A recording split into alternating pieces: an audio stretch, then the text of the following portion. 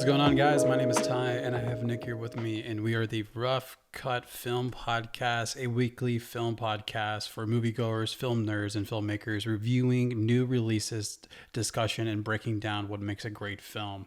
Once again, my name is Ty, and this is a new journey that we're about to embark on, a beautiful film podcast.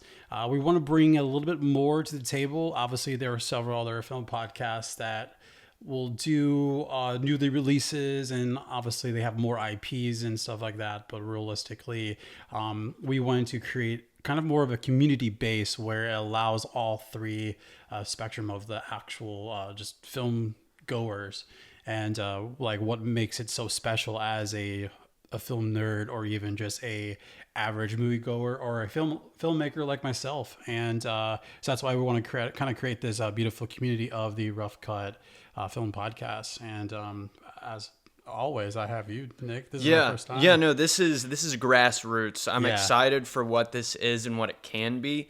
I think that a lot of times people can get overwhelmed by some of the other movie or film podcasts just because of the library of dialogue or library of key phrases or terms, and people can sometimes get lost in the weeds, and it kind of drowns out the average viewer. There's nothing wrong with being an average moviegoer. I would say I used to be average until I got more into movies. Absolutely. And sometimes I don't even want to touch movies. I just want to sit out in nature. And there are some days where I'm like, wow, I just got up off of my couch to get dinner and I've already watched 3 movies, So everyone's got a different spectrum of how much they love films or view them.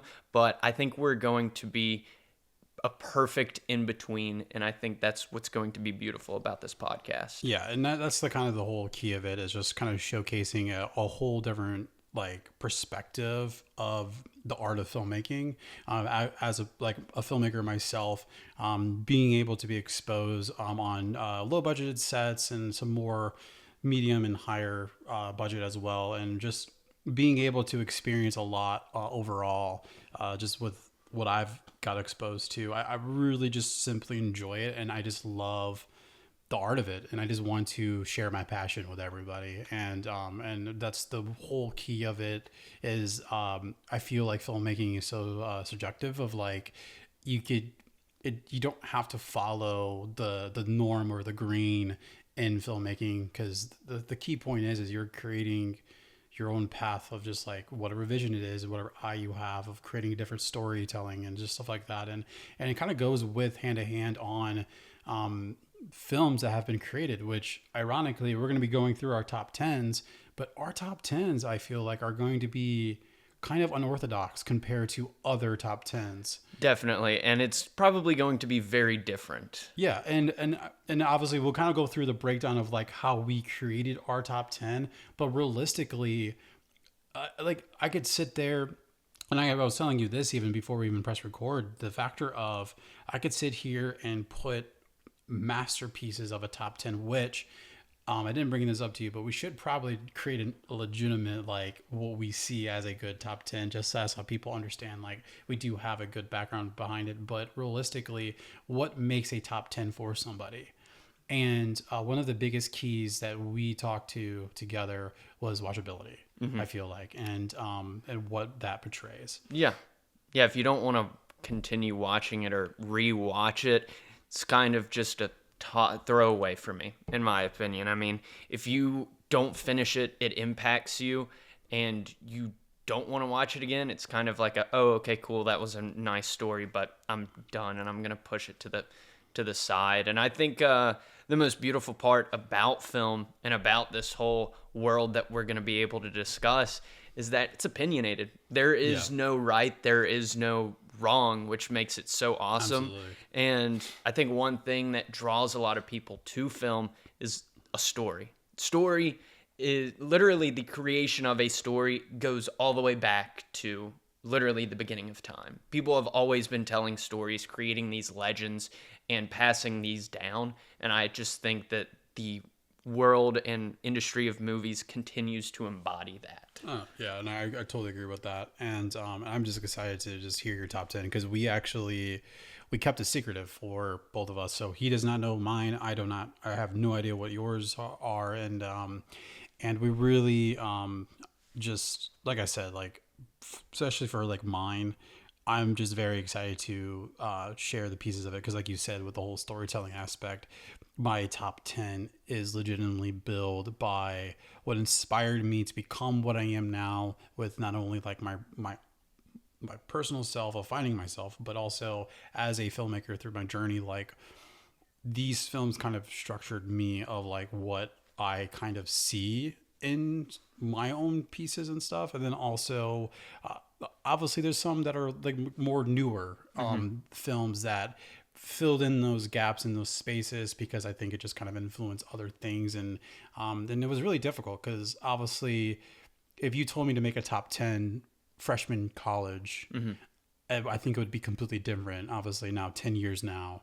it's like, I kind of go back with different films that really captivated like what, I have. And obviously I have an ultimate favorite film of all time. I'm super biased with it, and I think I will die on that hill with my number one. But other than that though, like, truly, it's just truly amazing just to hear everybody's, perspective of of what they love. But before we go into any of our top tens, we got to introduce yourself, who we are, and just kind of like our backstory. Obviously, like I kind of somewhat touched on mine, but like realistically, what got into you with your whole just film?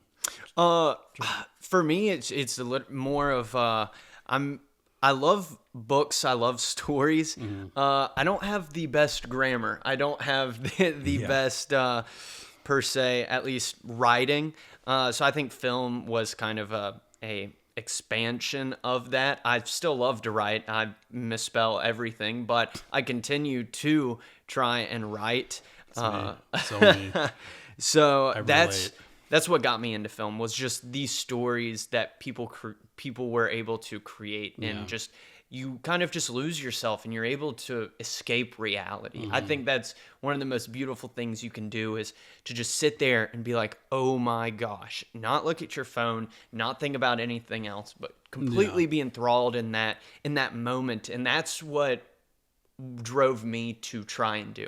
I wanted to create that moment for someone else, and I wanted to draw out an emotion from other people watching a piece of media. And I think that's one of the most purest and most beautiful things that can happen when you watch media. And so that was kind of my jump start into wanting to do films, wanting to share stories. I went to college for digital video production, but I more or less was more focused on documentary filmmaking.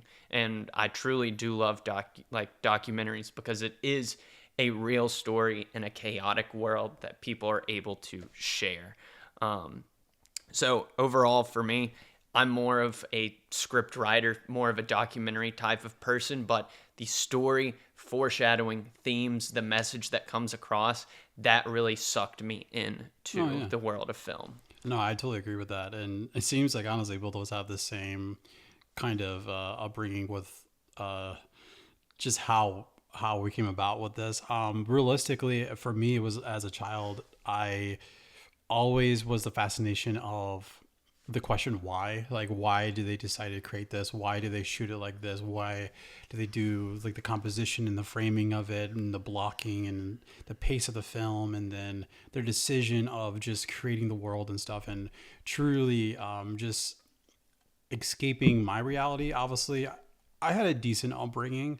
I mean, my parents did the best as they could, obviously, at the time. But realistically, though, I allowed myself to be immersed into these movies, and it really allowed me to build my imagination of going outside and being able to create like my own worlds. When I'm playing with friends and stuff. When I was 5 and 6 years old, and then obviously when I get older, or when I did get older, there was somebody that actually had a camera, and then we started to create like films in the backyards, and like would watch it on the VHSs and stuff, and just seeing like how can we expand into that, and then got into the whole theater realm. And then once I got into script writing as well, I was like, man, I really want to actually convert into film. And so, which my background is I actually did go to a film school. I do actually have my bachelor's degree in filmmaking, video production as well. So no, I totally agree. And one of the thing is, when you were talking about the whole pulling emotion with the audience and stuff, when I would do a film festival, I would tend to when my film would come up on the screen, I wouldn't actually watch the film. I would watch the people and watch the reaction and kind of like, I was kind of a nerd with it. I actually took notes and like, I would like really like see like, okay, that worked, or okay, that didn't work, or okay, did this joke land if I was doing like a little more of a comedy, like traveling, like buddy film, or if I was doing, more of an emotional pull, like did I get the cry, or did I get the, the angriness of it, or whatever it is, or the jump scare. Really, I was so captivated by like how people reacted to the film, and that's what honestly at the end of the day made me fulfilled with creating films and stuff. And so which really correlates with my top 10, but overall just I consider myself as a storyteller. So as a storyteller, I just love creating whatever I can. I do end up doing a lot of like nonprofit documentary style as well, of giving people the opportunity to tell their story, and just enhancing whatever that is. And then also I do the same thing with a business that has, a service or a product where they want to tell more of a story as opposed to, doing whatever. Because realistically, I've always found that if you could make it relatable, it sells better for a certain product or service or whatever we're trying to do. And so that at the end of the day, we've found that it just works, and so that's how I legitimately build what I've built in the past decade. Yeah, you're not trying to sell something, you're trying to sell the vision. Yeah. It's not just an advertisement. Exactly. It's a story that you get to share. But no, that's just kind of where I'm at with who I am. And but other than that, yeah, do you think we want to start into the top 10, or no, add more to your no, I'll just say that I know for me as a film guy and with stories, I tend to look at movies a lot like a English teacher in high school. And you may say, what in the world does that mean? And it means you can literally take a paragraph out of any movie, a monologue out of any movie, a scene out of any movie, and write a 5-page paper on it. And I will dissect it so much and relate it to almost any small aspect of the film that I can do that, kind of like a theory within the film. I did a theory on American Graffiti, where the radio host, if you've seen that film, the radio host actually is controlling the entire night through that film. So I love kind of theories, I guess, but also just themes and how you can pick apart one specific scene and just say, this is the movie, this is everything, and I will tell you how it relates to everything. No, everything you say, which by the way, just anybody who's listening, watching or whatever, we don't prepare for these. Well, I mean, we have like an outline, but like this is all just coming out raw and stuff. And also we're learning from each other too, because we've literally were like, let's make a podcast and let's just see what happens. So we're going to get to know, Nick and I are going to know more about each other throughout this whole experience. Just wanting to put that out as well, which ironically, literally what you say is a structure of how I created my top 10, because I would sit and dissect certain scenes and certain like even like down to the brick of it. I mean, the only one I'm going to use, because I don't want to like ruin my top 10, is like, for example, like Inception. You could easily do that with this little topper, like he'll spin and go super in depth with what it meant, and like how it ended, and like the certain ways how it moved, and like, and it just really like that's just one example, but I would do that with a lot of my other films as well, where I would dissect to the grain of like what they're eating or how they were doing things, and truly just what, because when I watch a film, I watch it in three different perspectives of like, I would watch it multiple times and I would get something out of it differently. Like where at first I'm just watching it entirely in whole. And then the next time I'll watch it, maybe I'll focus on more just the background, like what the world is being created, like what is behind our main, protagonist, and like really seeing like what is happening, behind our character and our talent. And then there's sometimes I'll focus on the blocking or the dialogue or the sound design or whatever it is, like really in whole, like what was the reason why they used music here, but like they allow it to just breathe and you're just sucked into the environment here without any music, or the handheld option compared to like a static shot. And so truly I just love all of it, and I nerd out technically on how a film is made as well, on top of the story and everything else of the reasoning why they picked a yellow jacket compared to a purple jacket or whatever. Yeah. It truly is just, you get anything out of it. But going into my top 10, I will say this list has been ranked based 100% on my opinion. These movies, in the way I have done it, have been graded based on how much I would rather watch this movie than another movie in this list, and over the others, and how much the film impacted me, and just how much I love it overall. So I hope you enjoy the list. I will give kind of an honorable mention per se. I know you're going to give some, but mine is sports documentaries are not included in this, but those are kind of my bread and butter. That is, I will always love watching them. I will always choose that over a film. So I just had to put an honorable mention that sports documentaries are just my favorite thing to watch when done right. But with that being said, I guess I'll get into my 10 through 6, and then we'll break down each of 5, 4, 3, 2, 1 and bounce off of each other. Yeah. Okay. I agree with that. All right. So for my 10, I got a question for you real quick. What happens when you get Gene Hackman, Clint Eastwood, and Morgan Freeman together in a room? I'll tell you. You get one of the 3 best picture winners for a Western, and that's Unforgiven. Unforgiven, it is A-list cast with those 3, and it flips the entire good guy, bad guy around, with Gene Hackman as the sheriff, thinking he's doing the right thing, but he's really manipulating the story, manipulating what it means to be a good guy. Clint Eastwood was the bad guy. He was the villain. Now he's out here trying to do a noble cause for his family, but at the end has to vilify himself again to achieve that for his family. It's an amazing movie. Not a lot of action, but I love this movie, and I love what it did for the Western genre, kind of Clint Eastwood's last hoorah for his Western, in my opinion. And then that takes us to 9, unless you wanted to say something about Unforgiven. No. Number 9, Ghost in the Shell. This is the 1995 version. Okay. Not the live action one. We're not talking about that one. We're talking about the anime.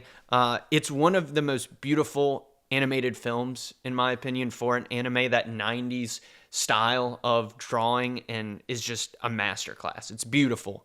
But I think that the whole theme and story of the movie, dealing with artificial intelligence and, how far can a human go until they're not human, and it talks about the soul and a person's identity. I think it is one of the most thought-provoking films I've ever seen, and it is beautiful, and it's more relatable than ever, and continues to be more relatable with the themes and discussions that it has. And so I just love watching it. Not as long, but I don't have a problem with that, because it gets to the point and it does everything right within that time frame, because it's like an hour and 10 runtime, I believe. And then we get to 8. This is a film that I don't think a lot of people know about, but should. It's called The Natural.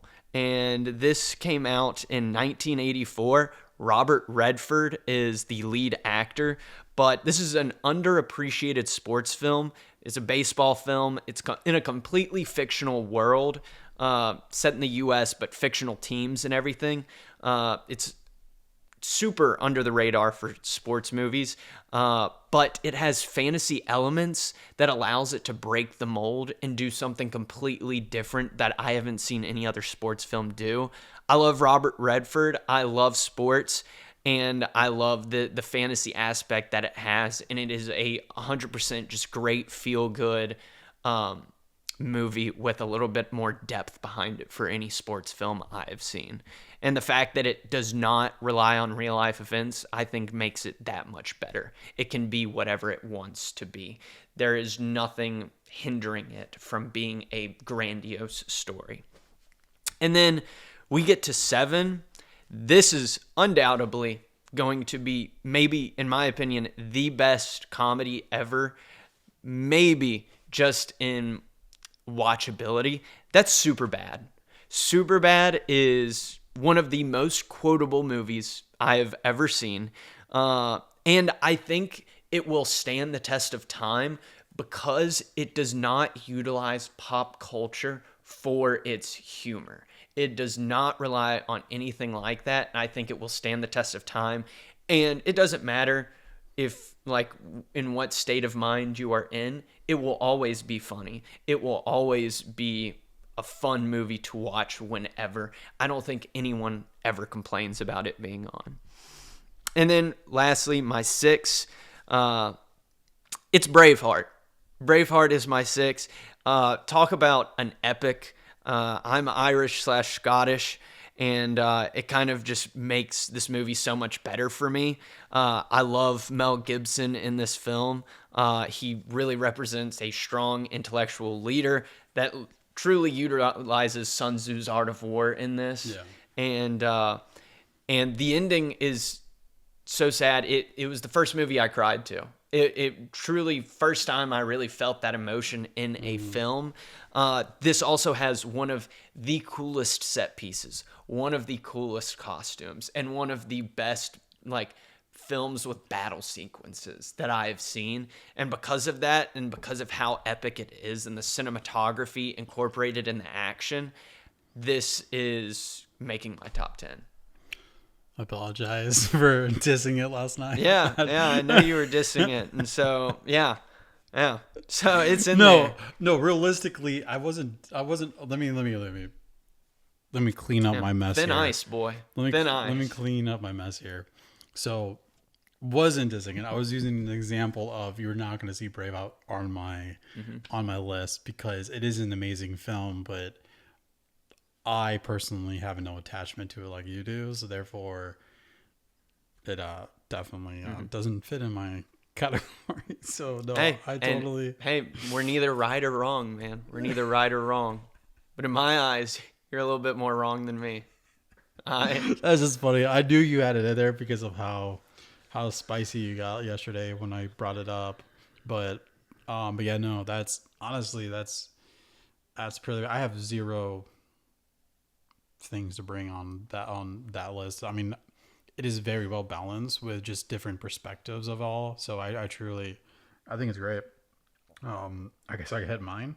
Yeah. Well, we obviously know Braveheart's not on there. No. Okay, so number 10. Honestly, I feel like it's a very classical, classic heist movie. Absolutely have to put Ocean 11 as my number 10 spot. Not only that it's a great just heist film alone, but just the stacked cast it has of obviously George Clooney, Brad Pitt, Anna Garcia, Matt Damon, Casey Affleck, Julia Roberts, but also rest in peace Bernie Mac. Like, you have these just crazy bangers like of a cast. It's truly, I feel it's very difficult creating a film with a lot of like heavy IP actors involved with it, and truly it's amazing that they were able to do what they did with it, and then came out with 3 more, and then all the other ones. I mean, if you want to talk about the other ones, but apparently they're coming out with a 14th Ocean 14. I don't know how that is going to portray because there's some of them are not alive anymore, and also there people are going to, I don't, everyone's scheduling and stuff that they're saying they're having issues with, but it would be cool just to see that immersively what it is. But honestly, that first one truly is amazing for how it was. Number 9 is actually one of my childhood films that I've absolutely fell in love with, that really inspired my imagination and also my creativity, and then how visual it was. This film was truly amazing, and that is the Tim Burton film called Big Fish. Not many people know of it, but truly it was an amazing concept of what it was, and I absolutely fell in love with it as a child. Number 8 obviously is a Kubrick's film that absolutely love, and obviously fell in love with Nicole Kidman with this one, which is Eyes Wide Shut.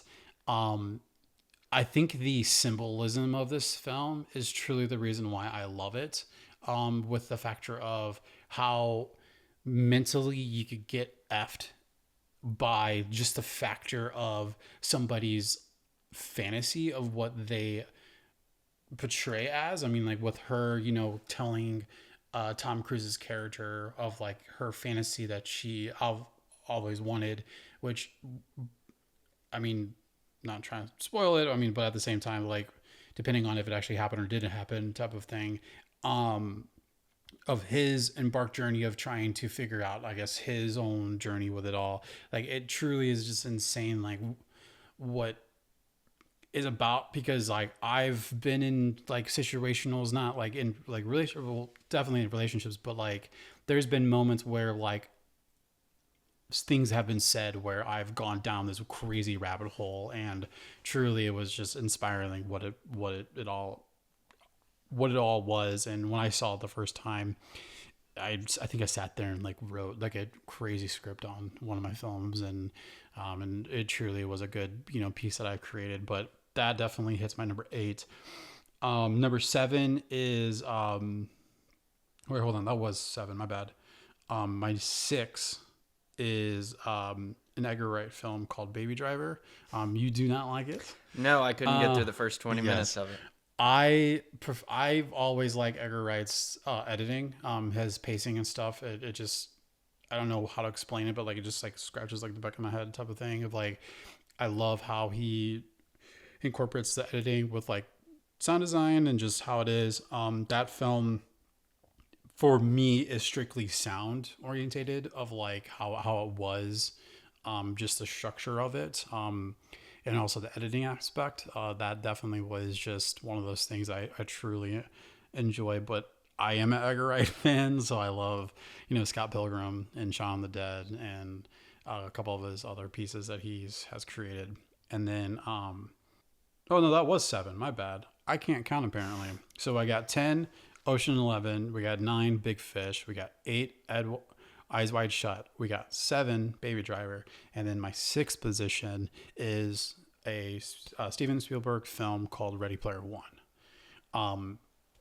Not only grown up loving films, but I also love video games, and just how they created this beautiful world, which is, though ironically isn't called the Oasis. Just how it was done structurally, I absolutely love. I have read the book. Yes, I do know that it doesn't fully follow the book. However, though, I just simply just love the factor that they created a to be honest, for me, a good adaptation of it, and I surely loved it. I love the changes of it. It felt right for it to be in the film world of what they did with the different changes and stuff of it. But realistically, though, that was one of the movies that I've always been wanting to see as a film adaptation. I do want to mention my honorable mentions. 2 of them are actually animated. I know you actually had an animated one in your list, but these are ones that I feel like we could go back and create like a top 10 like animated animation films on its own list, because I just felt weird putting these 2 together. But these also really hit home with me for some reason, and I mean, I do know the reason, but like they really hit home for myself, and that is Ratatouille Anyone can cook. Yeah. But like, no, but realistically though, the whole storyline behind that is just, not only it's an underrated film, I don't know, it just molded me of just who I am. And also How to Train Your Dragon. It's just, that film was just beautifully done. And my third one, which is not animated, but I do want to mention it because I wanted to put it in my top 10, but I feel like we could create a film, or we could create a top 10 for, not top 10, but top films for this series, because it comes in franchise that is kind of hard to put it in, which is obviously Star Wars. Like I want to mention that because that world, which not only that, but those films were one of my first few films that I've actually watched when I was a child, and not only it was meaningful and it was something that I was able to relate with my father with, but really, I want to mention it because it would be in my top 10, but like 5 of the Star Wars films would be in my top 10 to realistically. And so I would like to use that for like a Star Wars episode when we get into that and we go more in depth. But right now though, I do want at least to mention that Star Wars is definitely heavily influenced with how I create things in my film background. No, so. I 100% agree with you on that. Star Wars, in my opinion, is just, at this point, the scale is so big. The story changes almost every time there's a new TV show, a new IP that comes out that just adds more depth to the whole thing. Yeah. And I think it is completely unfair because, let's be honest, Star Wars completely changed the industry. Absolutely. It completely changed everything.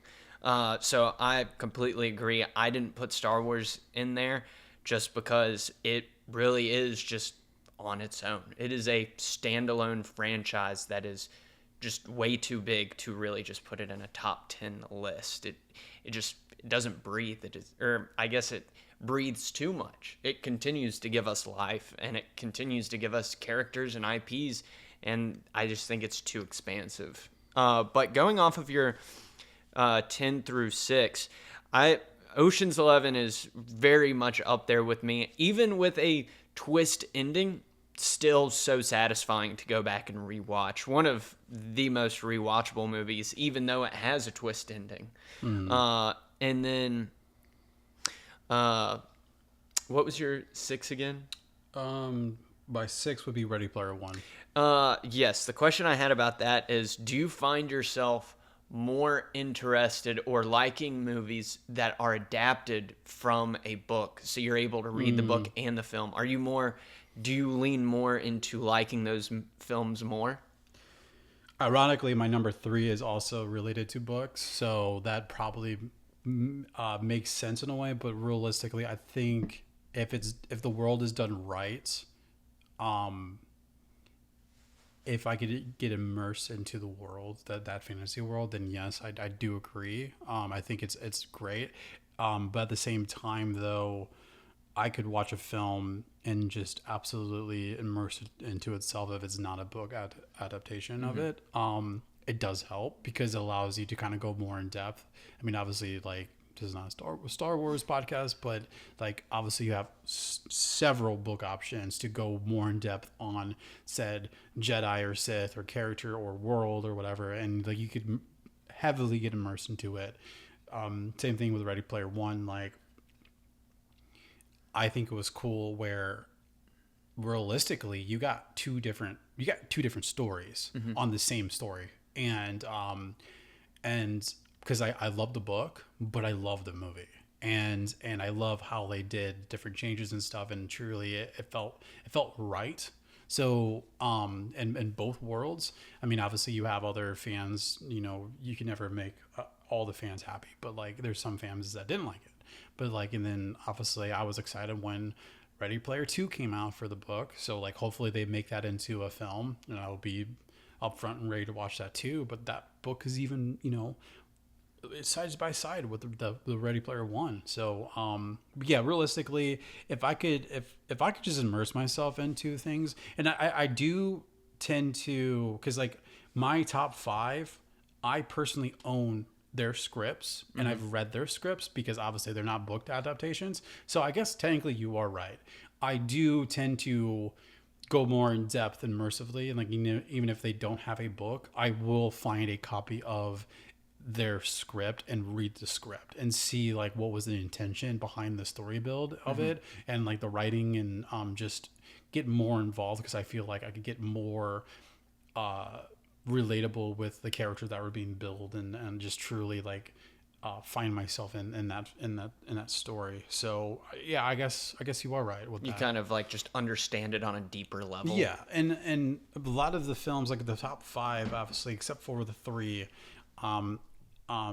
I watched the film and then I read the script, obviously, which, you know, that's kind of how it normally goes. But yeah, no, I think because of also with my background of creating and script writing and stuff, I have always been fascinated like how does it look on paper, as opposed to how does it look, you know, through a lens. So. No, I understand I'm picking up what you're putting down. All right, man. Let's hit our top 5. I'm excited to hear all this. right, this 5.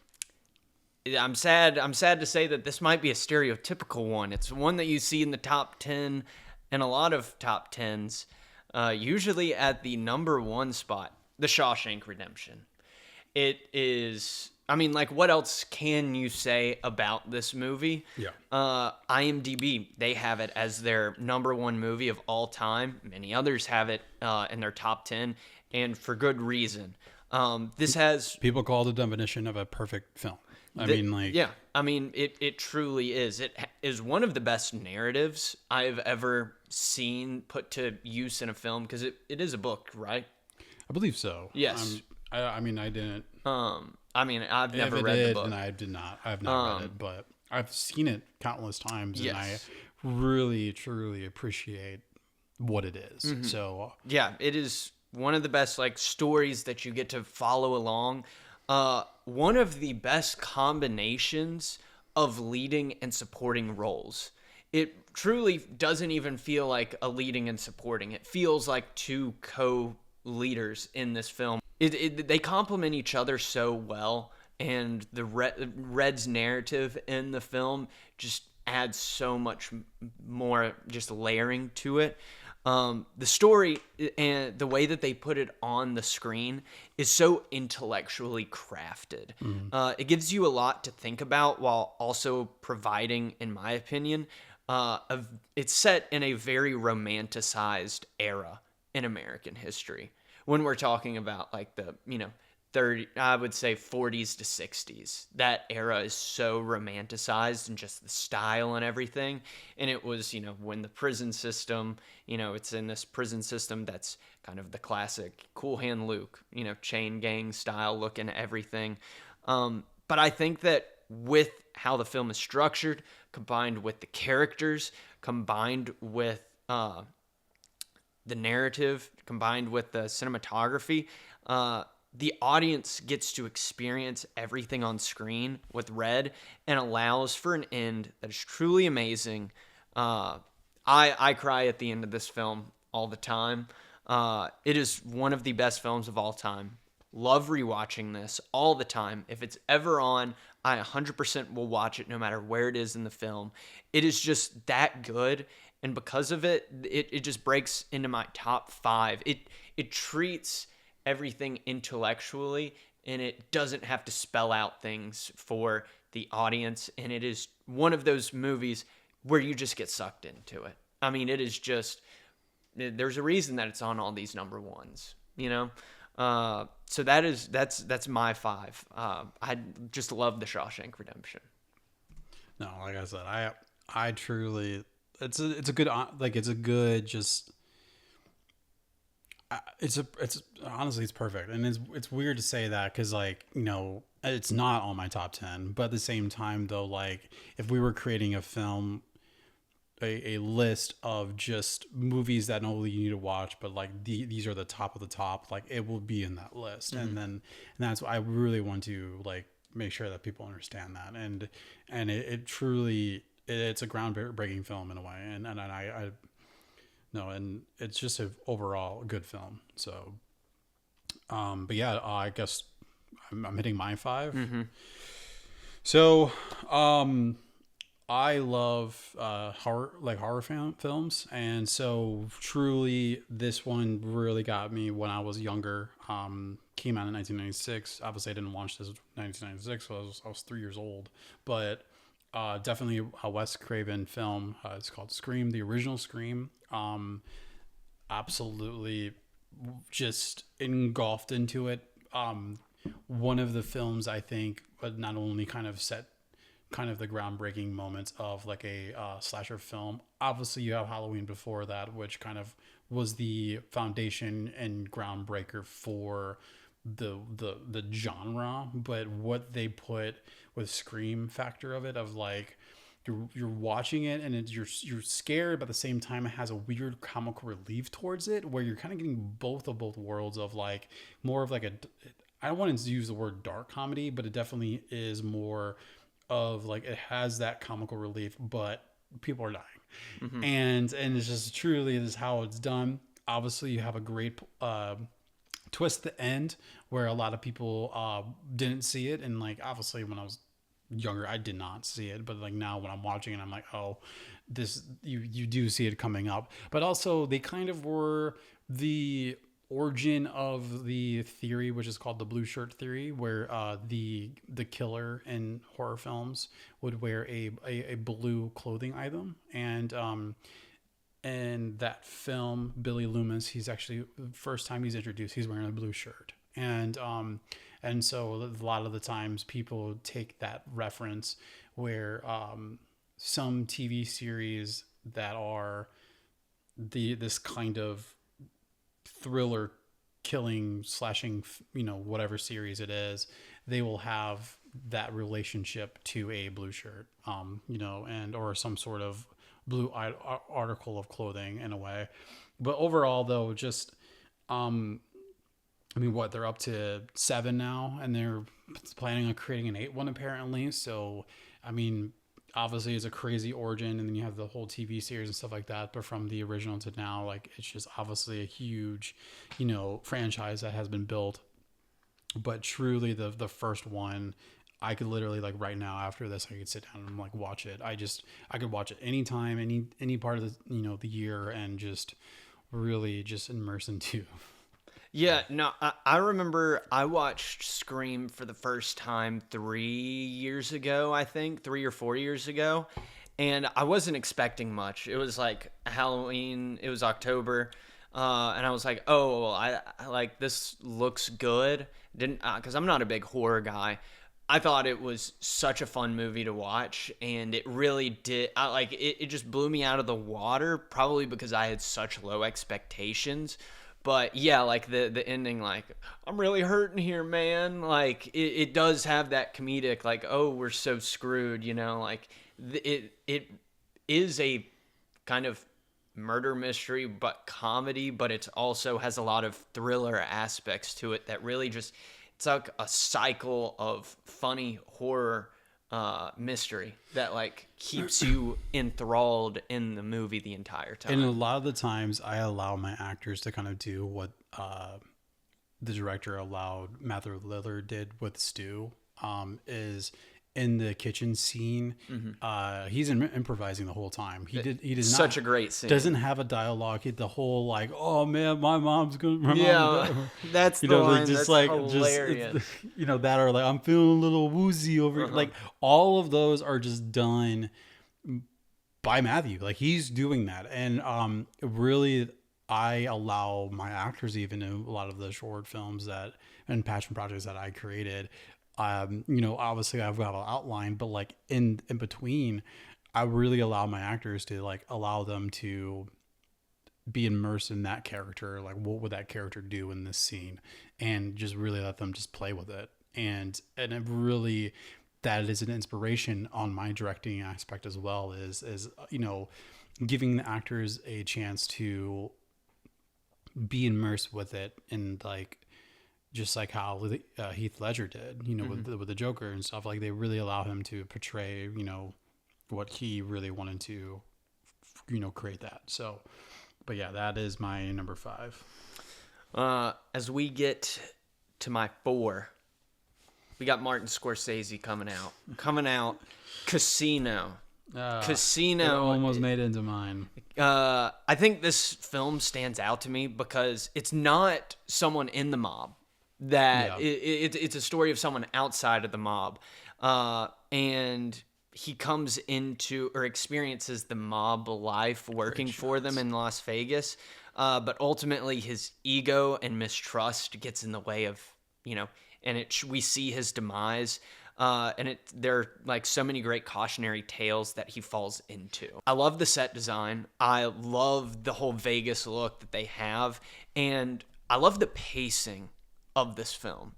I never feel like I'm bored, and I never feel like it's rushed. It feels like a very organically paced film, and it never slows down. It never gets way too fast. And that's like how you get lost in this movie. And I love that you're like rooting for, like, I find myself rooting for Robert De Niro's character, even though you see him make all the wrong decisions, all the stupid decisions, places his mistrust. You're like, why do you continuously do this? Like, you've time and time again, this character has let you down. Why are you still doing this? And he just continuously puts his trust in the wrong people, and we slowly see like the high and the low. And I love how at the end of this film, he just goes back to the way he started, and this whole thing was just him reliving his glory days type of moment, which sets up a very great ending for this movie. And I continuously see it on any streaming platform. I've seen it too many times, and I still will say, let's throw that on. Love that movie. Let's just throw it on and have fun. I don't know what it is about casino movies, or set in, or like whenever it comes to Mississippi Grind, Ocean's 11, like they just have a fun style to it that they're able to do. Hard 8, it's a lot of the how do I say this? I guess all the tension and everything can be represented in the Casino as well. But yeah, Casino is one of my most rewatched movies. I'm always happy after finishing it, starting it, in the middle of it, and I just find myself loving it more and more every time I watch it. No, and I agree with just the whole what you're talking about, building a world with a casino and stuff like that. It honestly, like, it really is that groundbreaking where you just want to be involved and being part of like going to a casino in a way. And like it, no, I agree with that. My fourth, definitely kind of a newer film, 2019 obviously, and that has to be Knives Out. And I once again, it's a big there might be kind of like a continuous story of like the murder and stuff like that. Like, I don't know, I've always liked that murder clue, like who did it type of films and stuff. And really you're kind of painting like this road of like unfolding as it goes. And really I think Knives Out did a great job with this, where you're kind of revealing it like almost like an onion, where it's like layered by layer of like you're getting more and more pieces from it. And just how they did it was just beautifully done, masterful of like, something is happening, but at the same time you don't know like realistically like what has happened. And then obviously when it gets a little bit closer to the end, you do get that weird reveal of like I don't want to truly ruin it of spoilers on this, but like you do realize that the death was selfly done, but then you realize like the reasoning why he did it was done in a way that I was not expected that it would happen. And when it unfolds of like the realistically that what happened actually didn't happen, and they were okay this entire time, it's kind of like that, like the WTF moment of like, dang, like she was a professional, what she did as being a nurse, to help this guy out for taking his medicine and stuff. But realistically, like, the trade-off of that was just insane, where it didn't matter for the killer who did it. I don't want to ruin it. So like I'm trying to say without spoiling. Yeah. But like realistically though, just the payout of just the ending was truly amazing. I thoroughly enjoyed just all of it. And obviously the casting is insane too in it. And I could sit there and just watch it constantly. And I'm obviously talking about the first Knives Out. Obviously, I know there's like 3 or 4 movies out now that are like this adaptation of them, but that first one for me is just really a banger, and I truly love just that whole what Daniel Craig brought for the detective Blanc. Like I just truly is just amazing with it, and I love it. There's no other things to say about it besides that. Yeah, I haven't seen it. I'll be honest. Yeah. I know it was like a huge COVID movie, but That's why I wanted to not spoil it, because like I want you to watch it. But when you watch it, you'll understand what I'm talking about. Is like as it unfolds, you will see it kind of go in this direction, and you will kind of know like what will happen. But realistically, there's a massive twist at the end. There's a twist, but then there's a twist inside of the twist, and then there's another twist. That's the only way that I could describe it. And so, but yeah, definitely that is your homework, is go see Knives Out, and you'll see what I'm talking about. Okay. Which I'm glad I didn't spoil it then.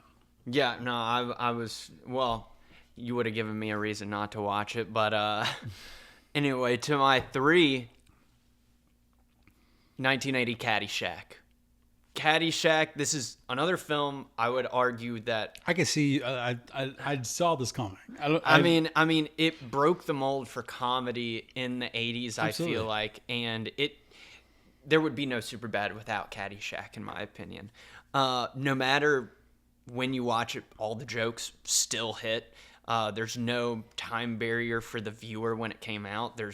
It sets itself apart from all the 80s comedies. And it is something that doesn't rely on pop culture too for references, funny jokes, and so it is unanimously going to be its own entity forever. Yeah. I think it's almost like a movie where it's a bunch of skits put together. Oh yeah. And which I think just makes it so much more fun than a typical just story would be. I know that they cut a lot of stuff out. Like, the story was way longer. But one of the reasons this movie, like, very much hits for me, I used to work at a golf course for 2 years. And golf has been, like, in my life for much of it. And I've been surrounded by the golf world for the majority of my life. So there are a lot of jokes, stereotypes, and things that I have seen that I can say, yeah, Caddyshack got that right. And I just relate to the movie 100% in just so many different ways. And it just embodies, in my opinion, like, the culture, and the jokes just land every time for me in a much bigger way. And I think that the actors in this movie just effortlessly work together. Oh, yeah. In just harmony. They are perfectly synced up. And there are so many iconic scenes from this movie, so many iconic jokes. The movie never has a dull moment, and like, what else could you ask for from a comedy like this? I put it in a category of like a feel good movie, where I tend to go back and watch that film when like I just kind of need like a pick me up reality of like, if I'm just not feeling the best, like meaning, not only sickness, but like just mentally just needing just something to just kind of give me like a light heart warm feeling. I tend to actually put that on. And it's a good film. I can't say anything else besides it. It's truly good. Yeah. It's just weighted heavier than a lot more just because I relate to it so much. So the fact that it's a great one and I relate to it all the time just means that it's going to be so high for me. And it is undoubtedly in my top 3. I have the poster in my house. I've got the Blu-ray, and I quote it a lot whenever I'm playing golf. Oh man. Well, it's time to have some second breakfast, because my third has to be the amazing The Lord of the Rings, The Two Towers. I was I was trying so hard not to put any franchise films in my top 10, but realistically, I couldn't. I had to put The Two Towers at least. And personally, I could watch that film over the other ones. Absolutely love them. Please do not get that twisted. I do not want Lord of the Ring fans destroying me right now. But the factor is the second one though I truly just love the most, and simply love what Peter Jackson did. Just he's so he has this crazy vision, and like even with the 25 anniversary this year that happened, he was really talking about like even for him, like he was going on for like 15 almost 20 minutes and just explaining like how he created the world, created how it was, and just like he's a nerd for his own movie, which is insane to like really say. Like that's how passionate this guy is of creating the world and just stuff. And but for him to technically have a second crew or a skeleton crew, he would go out to those second crews and make sure that it was done the way that he wanted to. That's how much he really wanted these films to be perfect. And just when I watched that as a child, like I was just captivated by the whole world and just of Middle Earth, and just really truly just became a massive fan, for all of it. And truly, it just, once again, it's one of those factor which we did bring about the whole book. I did actually read the books, and even though the movies were out, so Two Towers I think was 2002. So 2002 I was in second grade. I think I read Fellowship, and then I saw that was coming out, and then I was like, oh, I need to read that then. And so I read in second grade Two Towers. I know a lot of crazy big words in there. I had no idea what I was like fully reading, but I read them though. But I did read it, and I remember going to see it, and then I was just like, this is insane. And but yeah, no, it was just I think it kind of molded perfectly, because obviously at this point I was very exposed to Star Wars. So it was just like another fantasy world that I was able to just kind of like hop into, which was kind of like full circle backtrack of why I love Ready Player One, is because there's a lot of, in the book, there's a lot of pop culture references to not only both of them, but also like it allows you to have like these immersive worlds in video games of like that as well. And so it kind of correlates to all of it. Obviously, I'm just a huge nerd in general, so like I love both. But realistically, this had to go in, and it's just like perfect, like cherry on the top. I think when Lord of the Rings has been the last great trilogy to come out until we see Dune Part 3. I think the Dune series is challenging as being this next big epic that has been adapted. But you can tell that Peter Jackson, you could tell that there is an emotional attachment to these films. These films, that trilogy is amazing. It is, and I would say that trilogy is better than the Star Wars trilogy. Like 100%. Like it does not get any better in scale, story, and just set. I'm a sucker for set design and costumes. That is one of the most beautifully just crafted films, in my opinion, just aesthetic wise. Absolutely.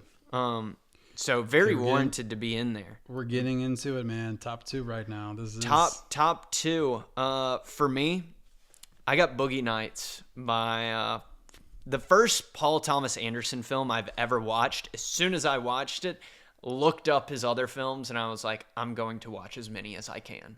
I am addicted to his style of filmmaking, as well as all of the characters in this movie. This movie is set and I think shot and feels just like a fictional biopic. It feels like a biopic, but it's fake, and it is sad. It's satirical. It just has such a fun tone, an interesting one. that you are following a porn star in the turn of the 70s and 80s. When I say ultimate, I mean one of the most ultimate casts I've ever seen put together. Hands down. Like it is, they work in harmonious rhythm, but there's so many funny parts, so many gut-wrenching parts, so much just, it feels like, this is the real life that they are trying to navigate, especially Mark Wahlberg's character. The cinematography in this movie, some of the best I feel like I've ever seen. And it feels like it fits the style and the mold and the story that is being told on the screen. The first shot of the movie is one of the coolest, and I immediately was like, oh my gosh, I wish I had like all the tools at my disposal to make a long shot like that when they are just going in the bar in the nightclub and everything that goes on. I think it's so much fun. The story is great, and it's just about this lost kid that, he says that everyone has that special thing that they're good at, and he, is able to get good at something, but it's kind of the stereotypical biopic, the sex, drugs, and rock and roll. At some point, the drugs come into play, and everything kind of starts to go downhill. But there are so many just masterfully crafted scenes, and I love how like the ending is just a perfect ending, but it doesn't come without him having to, say, I'm not the best, I'm not the biggest, we're all human. And I think it's a great movie that does show that everyone's human, life isn't fair, but as long as we're together, we can work it out and we can make a better life. I think that really is the meaning of the story. And it's just one of my top 5 films because the cinematography, the character, and the narration. But it's a fun watch. It always has me stressed, laughing, and feeling for the characters every time I watch it. There are so many emotions that Paul Thomas Anderson is able to utilize in this film, which is why I have it at number 2. Wow. Yeah. Absolutely love the film. Was on my top 10 for the longest time, not gonna lie. It is definitely in my 20. Definitely again, just fascinated by not only the story, but just everything overall about it. Shot beautifully. Truly, can't go wrong. I mean, you also got young Marky Mark, Young Marky Mark. Like you got him doing his thing, and you got John C. Reilly. Yeah, exactly. Being in a serious role. And I know, which is not, yeah. But like overall though, like I have no complaints in it. I absolutely love it. I mean, I'm not gonna lie. I just watched that a few days ago, because it's on a streaming, service, and I tend to always come back, and literally the watchability is insane with that film, and I tend to watch it pretty often, and I absolutely love it. So no, I agree with that. My second one, my number 2 spot. Once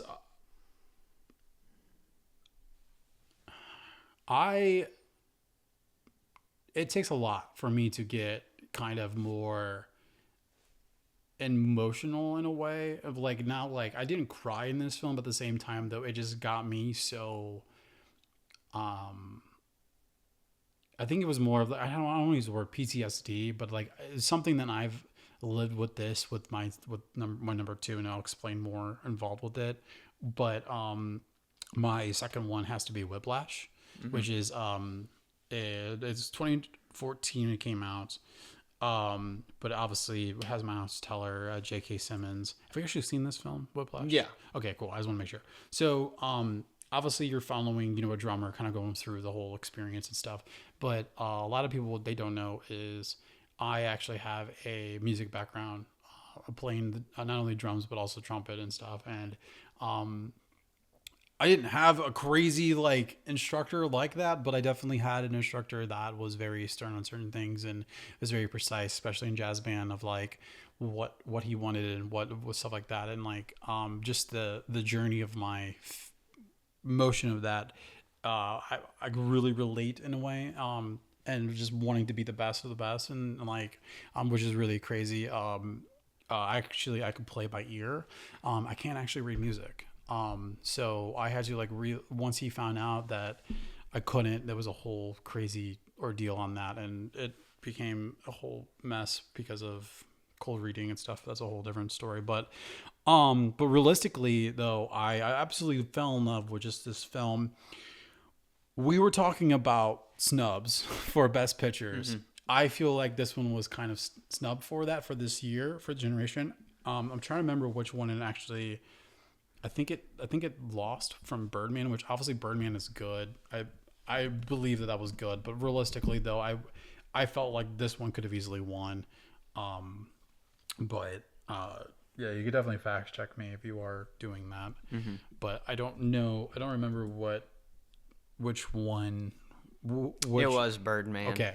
So like obviously that's a fantastic film, and they won for a reason. But personally though, I just felt that with how much Whiplash did win that year, I really do believe that they should have also snagged the best picture as well for that. Well, Whiplash was going up against American Sniper and the Grand Budapest Hotel in that.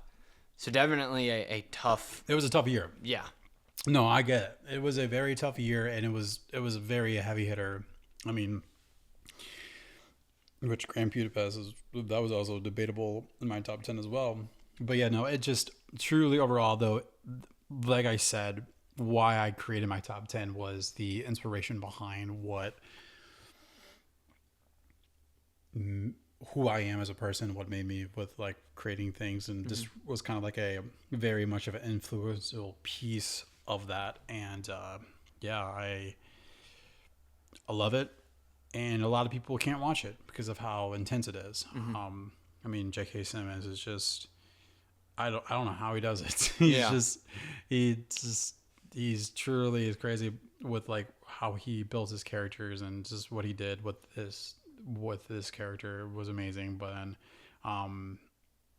I like this film because this took out Miles Teller out of that whole like comedic route, because he did a lot of those like college just coming of age like films, but like he did the typical that route, which some of those are funny, but in a way though it's hard because when you get into that like niche, people don't take you as serious and as an actor, and for him to kind of get out of that and start to do more serious roles, in which I feel like this was kind of one of his like first kind of jumped into that world, really showcase his whole structure as an actor himself, of like going like you could take me seriously. And I think this was kind of a good jump that he did with this film, and truly I think it just molded who he is now, which he does insane films as well still to this day. So yeah,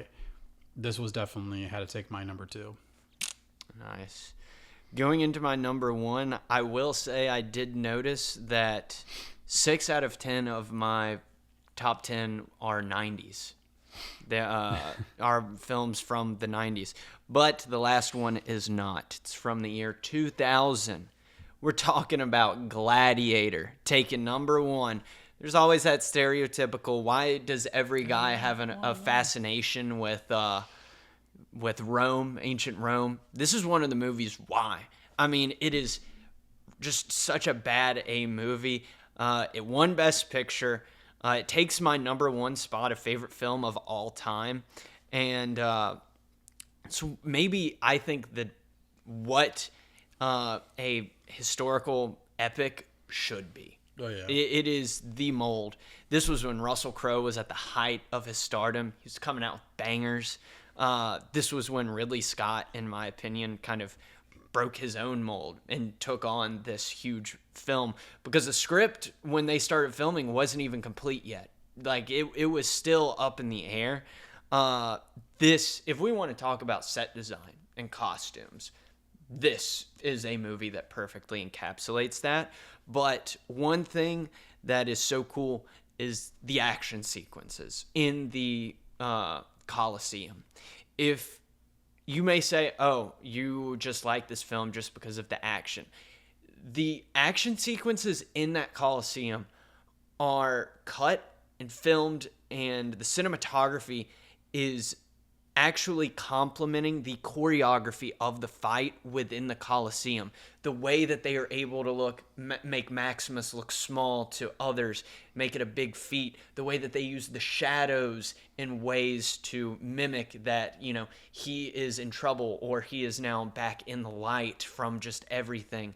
A lot of great quotes from the movie, a lot of great performances. Joaquin Phoenix truly is terrifying. You do not know what he is going to do. That adds to the chaotic nature of the Colosseum, of Maximus being this steadfast individual thrown into a chaotic world that is controlled by the emperor that he took away from him. There are so many levels to this film, so many great performances, so many beautiful shots that this takes my number one. It's another one of those movies like Braveheart, where we see a noble hero and a good hero fit the mold perfectly and be encapsulated in such a great way. The ending is exactly what it should be, and the entire film is an emotional roller coaster of good versus evil, battling it out literally in a coliseum, in an entire empire to watch this happen. No, I personally have seen that only once. I'm gonna be completely honest. And within that film, though, I enjoyed every minute from opening credits to ending credits. It truly is amazing, and that's all I have to say on that. I mean, like, it just what we do echoes in eternity. One of the best lines I've ever heard.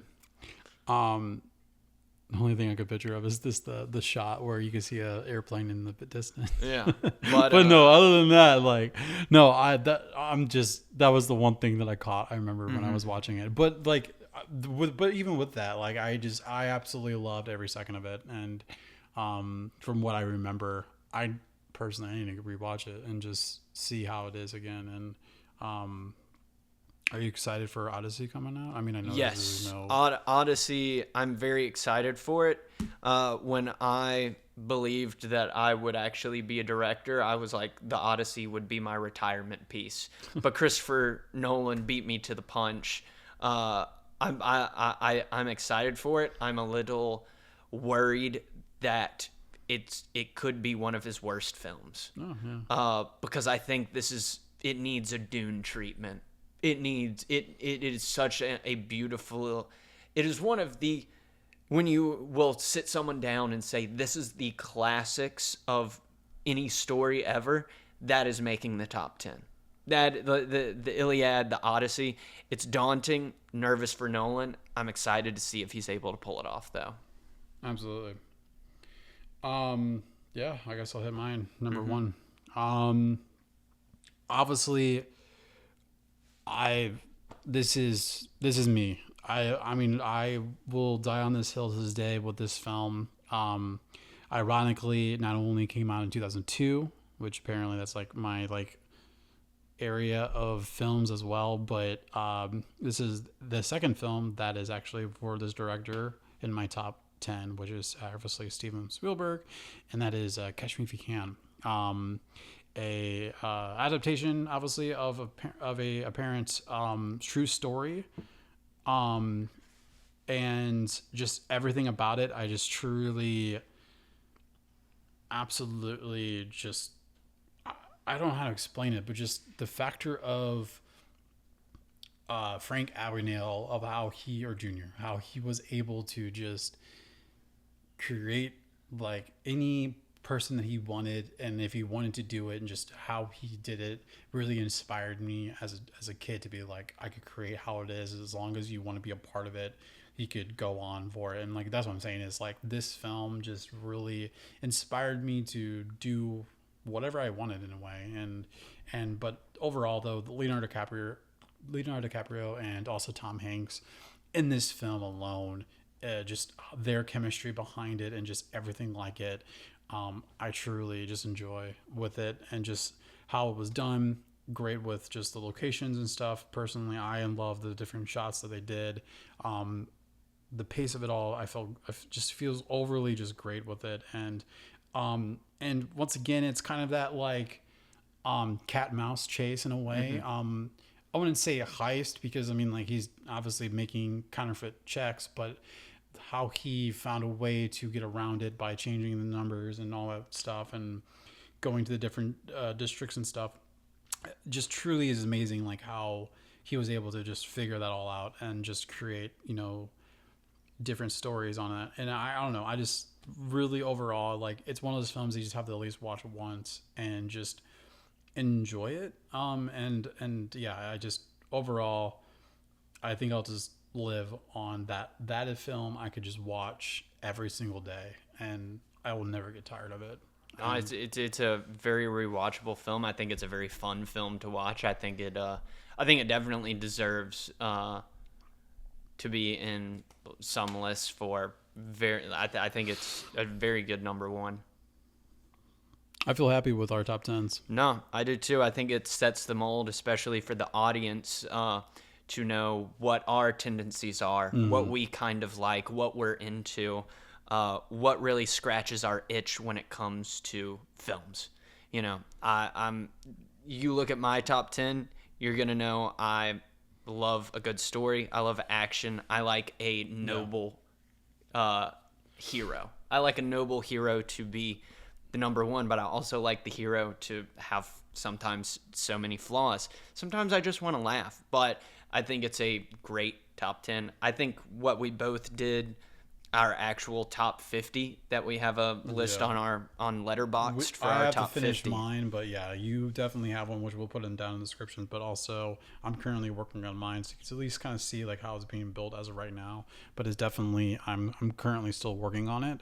But overall, though, yeah, and then also for you guys that are listening or even watching, if you want to comment like your top film or even like your top tens of what it is, and just or if there's any of these films that you've seen or haven't seen, we'll definitely love to hear your thoughts behind ours. Personally, for myself, mine was very big on the upbringing of just like these films just kind of molded what I did as a storyteller, and just each piece has its own, like, the cinematography to the storyline to the pace to sound design to all of that. It just overall, just the entirety of a puzzle piece, I really feel like each piece has its own little uniqueness to it.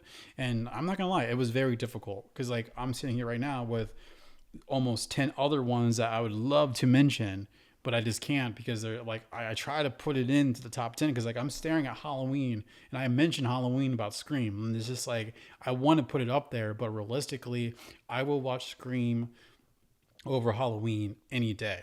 And I'm not dissing Halloween, but at the same time though, like it's just, that's how I formed my top 10 is I would literally put side by side on these films and be like, man, I really want to put this in, but realistically I will watch this more than this.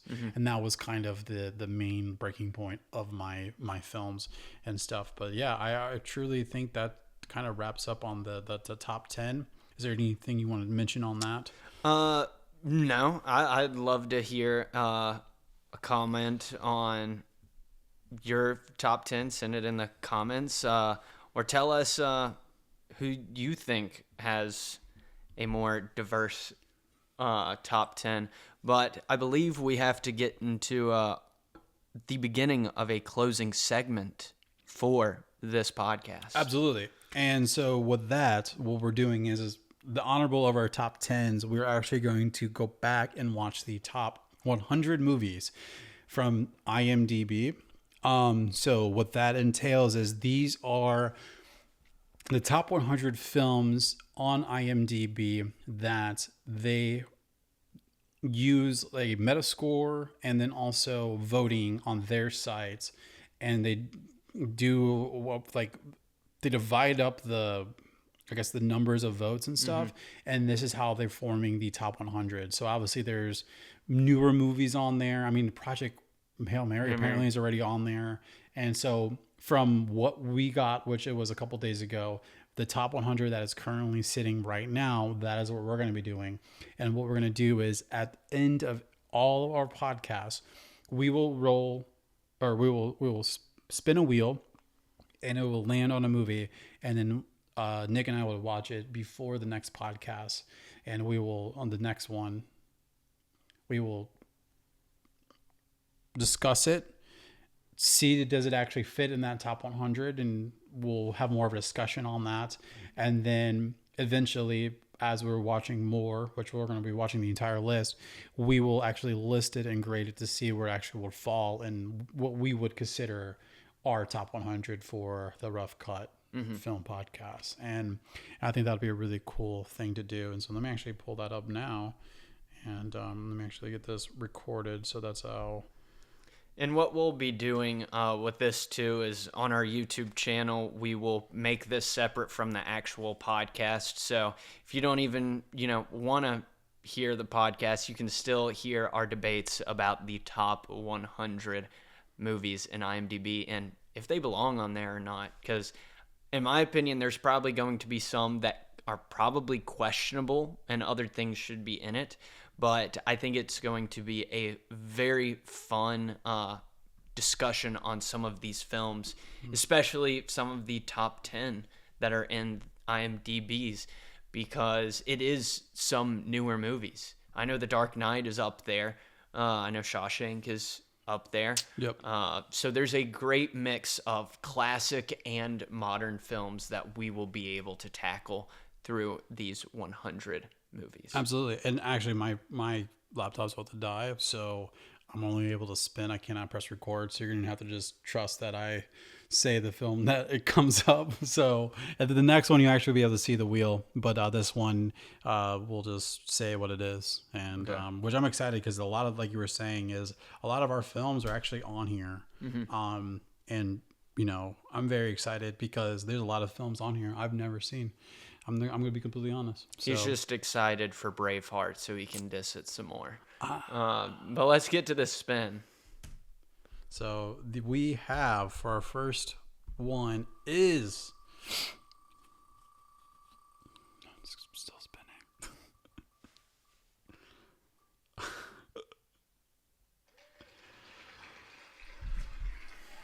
All right, we are going to be watching Apocalypse Now. That is our first film that we are going to be discussing. So next podcast episode, we will be giving our thoughts, our review, and our discussion on whether or not it deserves to be in the 100 and how we rank it. Absolutely. And before we actually leave, we do want to mention how our future podcast will look. And realistically, we have tons of options of what we want to do. We were trying to not only keep this, we want to keep this open-minded on our end, meaning like we want to hit several different options where we're going to have different guests that are going to be on here hitting different topics. Cause like there's a scene where there's going to be a podcast. We're going to be like, doing like Disney, like top Disney films, or even like just movies that are currently out now, or we're going to have special guests who have more, maybe like a certain taste, or even like a different perspective for a certain genre of films and stuff, or it'll just be us two, kind of talking through different things. But there's definitely a ton of different topics that are going to be coming in the future for various things. Obviously, May the 4th is coming up, so that's going to be more Star Wars related, which we'll be doing, Star Wars related things on there. We also have, we definitely need to have sports style films and documentaries, because that's majorly one of your big things that you love.